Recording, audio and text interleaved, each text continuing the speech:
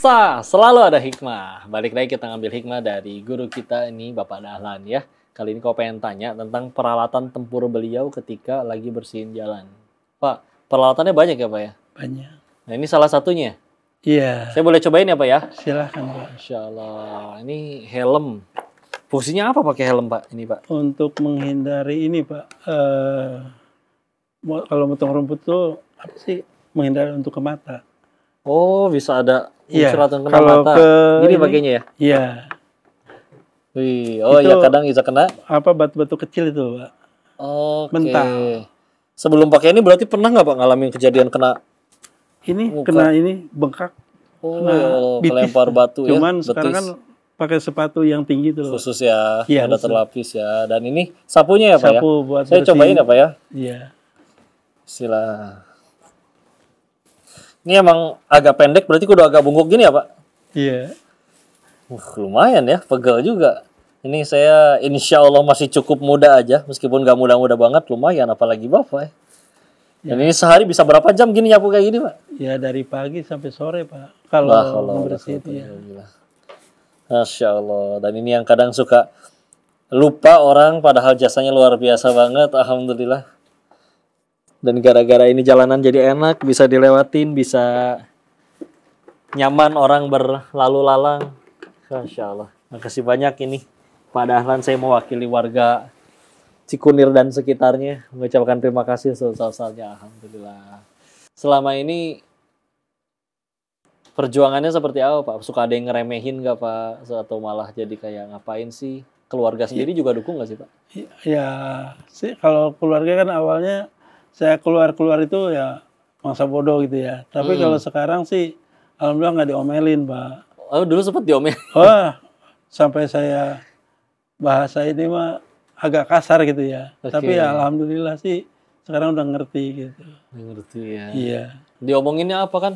Ngapain? Nggak ada duitnya, nggak ada apa? Diomongin Ada gitu. sih orang pada bilang ngapain bau-bau kan gitu. Kadang pada buang sampah dalamnya binatang Pak banyak sering tuh. Bangkai binatang. Dibungkus plastik. Apa tikus gitu atau? Bukan tikus, kadang-kadang anjing, kadang-kadang kucing gitu Pak. Terus kalau nemu yang kayak gitu dikemanain? Ya Dikuburin? saya gali, terus saya pendem Pak supaya nggak bau kemana-mana kan gitu. Ya saya sih ikhlas aja nggak ada beban gitu. Karena baunya kemana-mana Pak. Udah Mungkin nemu bisa berapa bangkai berarti pasti? Waduh, sering Pak. Ya. Itu memang Piaraannya sengaja kali dibuang ya, ke situ. hati-hati. Iya, Jadi tempat orang malah jadi orang nganggapnya itu tempat buang padahal bukan. iya, Anak Bapak ada 9 betul Pak? iya. Cuman ada yang udah dewasa. Heeh. Ya. Yang masih sekolah ada berapa Pak? Tinggal 2 Pak. Tinggal 2 ya. Tapi kan Masya Allah ini berarti harus perlu biaya yang nggak sedikit. Terus ini masih dengan nyapuinnya sukarela. Berarti mohon maaf Pak, pemasukan Bapak nafkah nyari uangnya dari mana berarti Pak? Ya, saya sih ikhlas aja Pak. Nggak ada beban buat saya ya. Dan kalau di jalan itu alhamdulillah saya nambah kesehatan, nambah pulih Pak. Oke. Iya, itulah ada hikmahnya di situ Pak. Karena kan jadi gerak, Iya, olahraga. jadi gerak gitu. Terus alhamdulillah Bugar. keluarga yang di rumah pun juga jadi ada kemampuan ini. Jadi sekarang dalam pemulihan ya alhamdulillah udah mulai ini gitu Pak.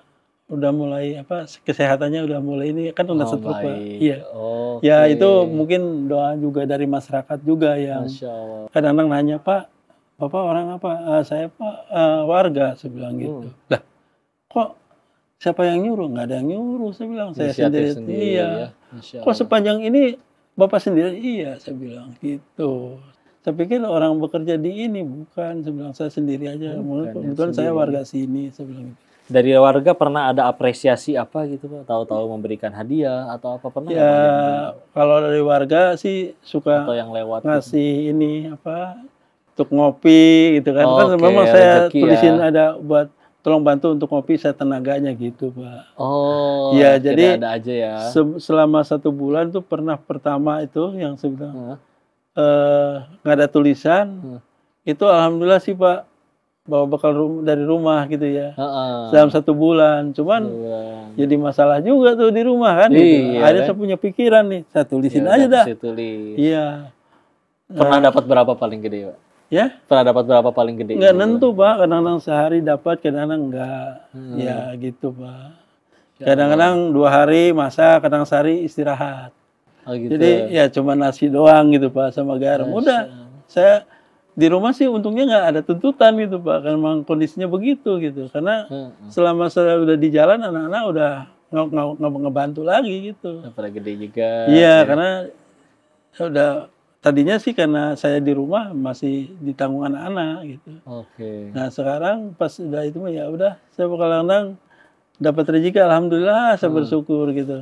Cuman saya kepengen ketemu orang tua juga, pulang nggak jadi mulu. Orang tua di mana? Di Garut, cuman Garut aslinya. iya, ibu memang udah tua sih, udah 100 lebih ya usianya. Awalnya saya mau pulang nggak punya uang, sampai ngurus dari RT RW sampai ke kepolisian Pak.